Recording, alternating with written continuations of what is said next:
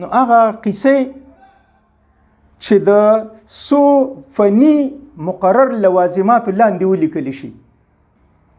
د افسانې دپاره چې کوم لوازمات مقرر دي د هغې مطابق د هغه لوازماتو مطابق چې یوه قصې ولیکل شي نو دغه افسانه ده. دا د ټولو نه مختصر تعریف مونږ په اسانه داسې کولی شو. بل اوس د دې لوازمات څه دي؟ نو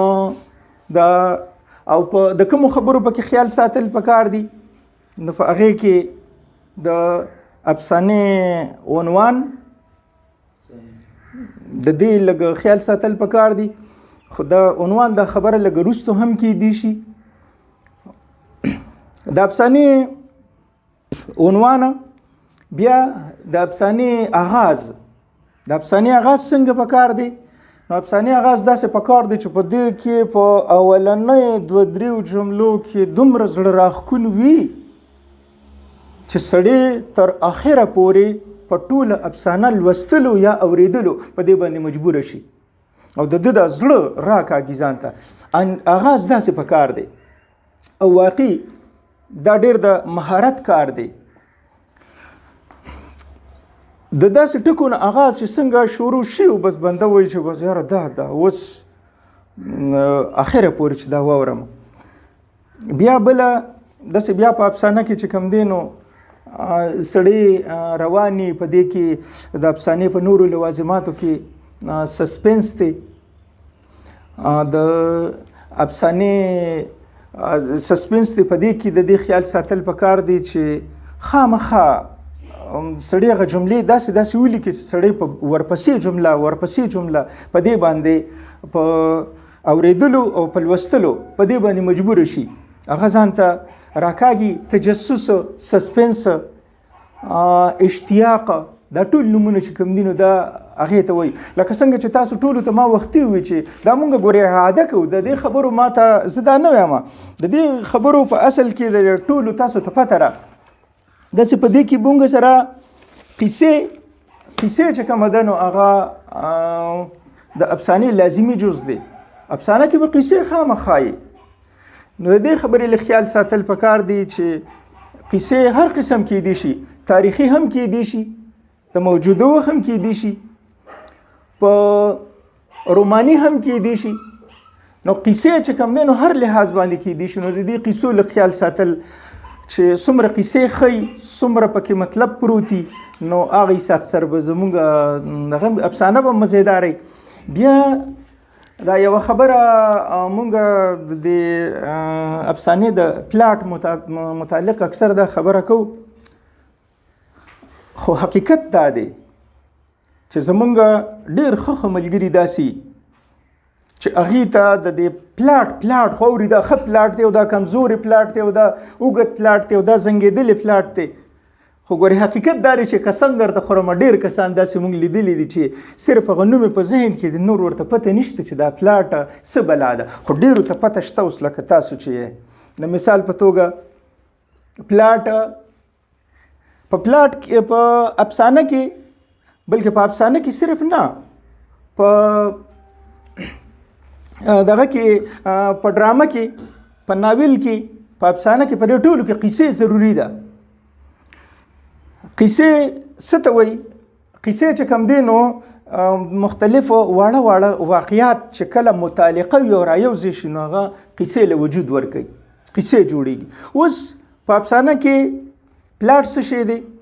داستان کې ډرامه کې پلاټ داسې شی دی چې د دې قصې د وړې خبرې کوم چې متعلقه یو دا د یو بل سره په مناسب ترتیب، په مناسب وختونو، په مناسب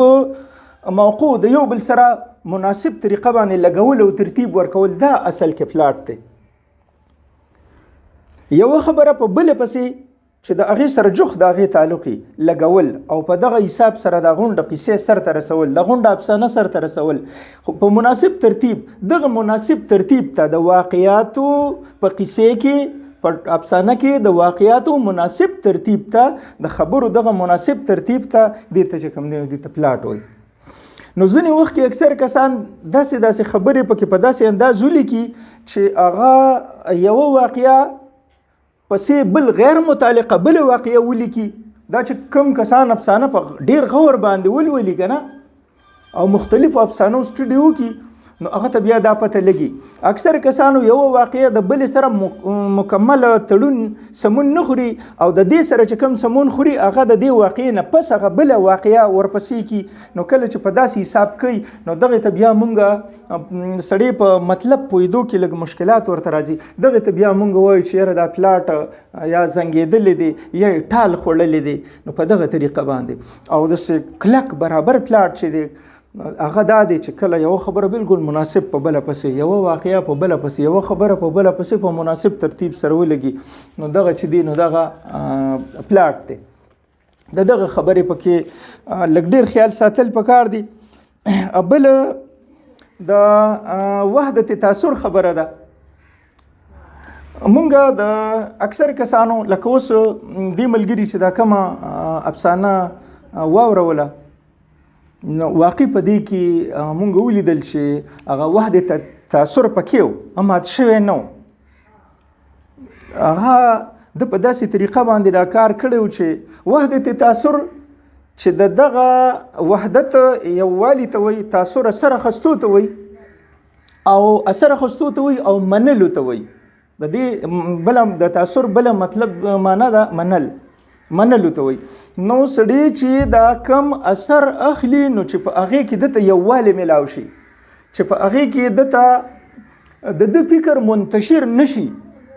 په دغه اورېدو یا په دغه لوستو باندې د ده فکر منتشر نشي او دی په مطلب ښه په اسانه طریقه باندې پوه شي نو دا مونږ وایو چې په دې کې وحدت تاثر موجود دی. نو یو پکې دغه خبرې خیال ساتل پکار دی. دغه هم پکې وشو لکه تجسس هم وشو. بیا بل خبره په فکشن کې چې کوم ده که نه نو په هغې کې بیا تجسس دغه دی د کلایمکس دی. نو کلایمکس چې کوم دی نو دا کله چې یوه خبره یوه قصه روانه او لوستونکي یا اوریدونکي ورسره رواني د هغه فکر بالکل تړلی شوی ورسره رواني او دا دغه قصه بس انجام ته نشانې پکې معمولی ښکاره شي چې دغه انجام ته نږدې شو دغه وخت کې د انسان په ذهن کې دا خبره راشي چې اوس به بس په دې ځای کې خبره چې دی نو به یا به آر شي یا به پار شي یو طرف ته به شي اوښ به په یوه ډډه باندې سملي. نو چې کله خبره دغه ځای ته ورسي ولا خاتمه نیشي وي نو په دغه دوران کې دغه ځای ته بیا مونږ کلایمکس ویلی شو. هغه عروج چې ورته مونږ وایو عروج نو هغې ته ورسي. نو بیا په دې پسې دغه خبره ده د انجام خبره ده. یو خو په افسانه کې یو د لوازماتو کې یو دا خبره یاد ساتل پکار دي چې کردارونه پکې څومره کم نه کمی نو دومره به زمونږ سره په وحدت تاثر به زمونږ نه خرابېږي نه به ماتېږي نه به مجروح کېږي چې کردارونه د کم نه کمی لکه څنګه چې وختي ما په دغه باندې خبره وکړه. نو بیا د افسانې موضوعات هم جدا جدا کېدی شي. څه روایتي خبرې څه موجوده خبرې څه بیانیه افسانې وي څه سوي چې کوم دی نو په دې کې تجریدي افسانې وي. خبره اسانه خبره په مشکل طرف په مشکلو ټکو کې بیان کړی شوي. څه پکې چې کوم دی نو د علامتي افسانې وي چې دغه افسانې دا یو روایتي دغه شو علامتي نظمونه علامتي شعرونه علامتي افسانې یا علامتي نور څیزونه په ادب کې دا د یو ضرورت لاندې د دې ابتدا شوې ده. د غزان لبیا یو اوږد باس دی. نو په افسانو کې علامتي افسانې وي چې یاد کړی پکې میخه سنداز مری وي او د هغې نه مراد بیا چې کوم دی نو د هغې حساب سره انسانانی مختلف خویونو والا. بل د افسانې اخیری خبرې ته راځو چې انجام ته. د افسانې انجام د داسې وشي چې د دې خاتمه د داسې وشي چې د دې خاتمه څنګه کېږي او د تجسس د سسپنس پکې دومره ورسي چې په دې اخیری جمله کې یوه کې یا په دوو کې سسپنس هم دغه شي او دلته انجام ته هم خبره ورسي. نو دا دغه څه پکار دی. لکه کوم خیال کړي نو تاسو چې افسانې کله وګوره نو په ډیرو کسانو افسانې به داسې چې تاسو له ال خوند درکي چې سړی رواني وي دا خبره داسې روانه ده خو چې څنګه په انجام د سسپنس به جوړي چې اوس به څه کېږي اوس خو به د دې خیال کې د پر خپل ذهن کې دا خبره داسې جوړه کی چې اوس به دا خبره داسې کېږي او ناڅاپه اند ته ورسي افسانه او خبره په بل طرف باندې واوړي خبره بدله شي. نو چې سسپنس او خاتمه د افسانې دا په اخیری یو یا په 2 جملو کې وشي د هغه افسانې خوند بیا ډیر زیات دي. نو دغه خبرې مو شي او په پلاټ کې راته یو خبره بل لګ را یاد شو او هغه دا چې د یو نیم مثال داسې یو نیم ټپا یو نیم شعر ځنې خلک وایي مړه دا خو هر څوک بیانوي یو څه دا خو ټکي خو یو نیم سیز داسې چې د هغې نه بغیر هغه څه وضاحت نه کیږي یا هغه د موقع د پاره ډیر آسان مثالي. لکه اوس په سسپنس کې دا خبره په دغه کې په پلاټ کې دا خبره چې دا پلاټ څنګه چې د واقعیاتو او د خبرو مناسب ترتیب ته د قصې د افسانې واقعیات مناسب ترتیب ته پلاټ وي. دغه سي یو خبره د بل سره چې په یو مناسب ټکو سره ولګول شي نو دغه هم د پلاټ په لوازماتو کې دي. د مثال په توګه افضل رضا صاحب په خپل کتاب ډرامه کې د پلاټ د پاره یو ساده مثال ورکړی دی تاسو ټول اوریدلې دي خو صرف را تازه کوم هغه دا چې وایي کچری مونږ وایو چې یوسف خان مړ شو او شیربانو هم مړه شو نو دا مونږ د پلاټ خیال ونه ساته. افضل رضا صاحب وایي که دا خبره مونږ داسې وکړو چې یوسف خان مړ شو او شیربانو د هغه د غم مړه شوه دا اوس دا خبره مونږ دې سره وتړله خیال مو دی دا خبره مونږ دې سره وتړله نو په دې کې پلاټ برابر پلاټ دی مضبوط پلاټ دی صحیح پلاټ دی. نو د کمزوري پلاټ او دغه یو خبره د بل خبرې سره په مناسب طریقې سره تړل د پلاټ مضبوطیا ده. او پلاټ چې څومره ښه دا ګورې اصل کې د پلاټ ته ادیبانو ماهرانو پلاټ ته د ادب بلکې د افسانوي ادب د دې د ملا تیری ورته ویل دي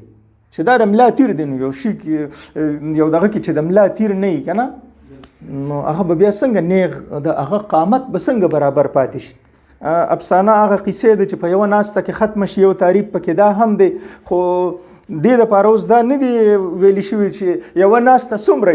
نو یوه ناسته خو 3 ګنټې هم کیدی شي یوه ناسته 1 ګنټه هم کیدی شي. نو هغه دغه تعریف چې کم دی نو په دې کې لږه دا خبره د لږه کمزورتیا موږ ته تعریفي کمزورتیا ښیي یوه ناسته هر څومره دې لپاره وخت نه دی ښودلی شوی خو افسانه چې څومره لنډه وي که نه زیات نه زیات د یو عام کتاب 3 صفحې وي 2 نیمې صفحې وي 2 صفحې وي نو هغه سړی لږه په شوق مولولي او هغه لږه مزه کوي. او دا چې کله ډیره طویله شي نو هغه ناولګي ته بیا نږدې شي. افسانه چې کله په افسانه کې یاد ساتئ د ناولګي د ناول او د افسانې د دې په منځ کې چې کله بیا موږ په فرقونو خبره کوو نو دا خبره پکې راځي. نو افسانه کې چې کله کردارونه پکې ډیر شي او داسې دغه پکې واقعیات پکې د مرکزی واقعي نه علاوه یو څو نورو تړلی شي کردارونه پکې ډیر یو توالت خوري دا بیا ناولټ په صفاتو کې راتلی شي. نو په دې وجه چې څومره مختصر دونه خي خو چې بیا ډیره مختصر شي نو هغې ته موږ افسانهګۍ وایو. اردو کې چې ورته افسانچه وایي. ماهران وایي چې د افسانې اختتام د داسې وشي چې څه خبرې په قاری په سوچ د پاره پاتې شي چې په باقي سوچ وکړي او دا یو څو خبرې ورپسې هغه بیا په خپل ذهن کې پوره کړي او افسانه پوره کړي. لکه اوس د مثال په توګه د قلندر مومن د افسانې گجرې د هغې اختتام داسې شوی دی چې هغه ماشومه په منډه حجرې ته راشي پلار په صادر کې ځان دغه کړي راغونډ کړي په صادر د ځانه تاو کړي ناستي نو چې دا لوري کله راشي نو دی په دې لور ته د لاس وړاندې کې یا په لاس چې په دې لور باندې په دې ماشوم باندې نو چې هغه ماشوم یې د لاس ته وګوري نو دا وضاحت پکې نشته دی د قلندر مومند دی استاذې ته وګوره دا وضاحت پکې نشته او هغه ماشوم چې کم دی نو د پلار ته وایي دا جی مالم داسې ګجرې راوړه خو چې دا زنځیر ورته نه نو اوس په دغه ځای کې که تاسو خیال وکړئ نو قلندر مومند ګورې دا نه دي ویلي چې د لاس کړی پرتې وي او هغې ته زنځیرونو خوا کې ورسره پولیس والا ناست و دی په حجره کې ناست و لږ ساعت پس به تاڼې ته بوځي دا قلندر مومند د سره دغه نه کړی خو دې قابلیت ته وګوره چې دا د قاري په ذهن کې بیا دا راځي چې ښه دا لور چې ورته وی چې داسې ګجرې مالم راوړه دا جي خو چې دا زنځیر ورته نه وي که نه نو خلک د قاري به بیا و چې زنځیرونه د کوم ځای نه راله او د هغه لاس ته د ګجرو په شکل سسیس پروتو صرف هغه پکې ویلي دي چې یو ځای کې ډزې وشوې نو هغې نه بیا دا قاري نو مطلب دا دی چې په د قاري دپاره هم پکې څه پرېښودل پکاري نو دا انډ چې کوم دی که نه انډ چې دغسې څومره قیمتي وشي هغه ډېر ښه ما په خپله باندې ما یو ټرم پیپر هم په دې باندې و په فیکشن کې د سسپنس اهمیت په دې موضوع باندې نو د دې لپاره ما د افسانو ډیر کتابونه وکتل نو په هغه کې چې نو د سلما شاهین په افسانو کې چې ما کله د دې د یوې افسانې د بلې د کم انډز وکتل خاتمه مې وکتل نو واقع ډیر داسې چې لکه د قلندر مومند په شان سړی ډیر نغه کې د هغه یو زنځیر غالبا یو افسانه ده یو بل ده د هغه انډونه ډیر مزیدار دي دونری په افسانه کې په ډرامه کې په ناول کې چې کوم کسان کار کوي کوم نمونه پکې نو دې ته کردارونه وایي دغه کسانو ته دا د دې کردارونه دي بیا په ډرامه کې کردارونه په دوه قسمه دي هغه بیا د ډرامې خبره ده په افسانه کې د کردارونو ژبه څومره چې معاشرې ته نږدې څومره چې عموما زمونږ کورنۍ لهجو ته نږدې وي څومره چې بازاري نه وي دغه د کردارونو ژبه داسې پکار ده چې څومره سادګۍ سره الفاظ ادا کړي او څومره معاشرې ته نږدې کردار خپله ژبه ادا کړي نو دغه کېږي دغه بیا مزیداري لکه اوس د مثال په توګه د کردار په ژبه باندې زه تا ته د افضل رضا مثال در کومه خو افضل رضا صاحب دا مثال په خپل ډرامه کتاب کې ورکړی دی او په هغې کې او وایي چې اوس د ډرامې ژبه او داسې پکار ده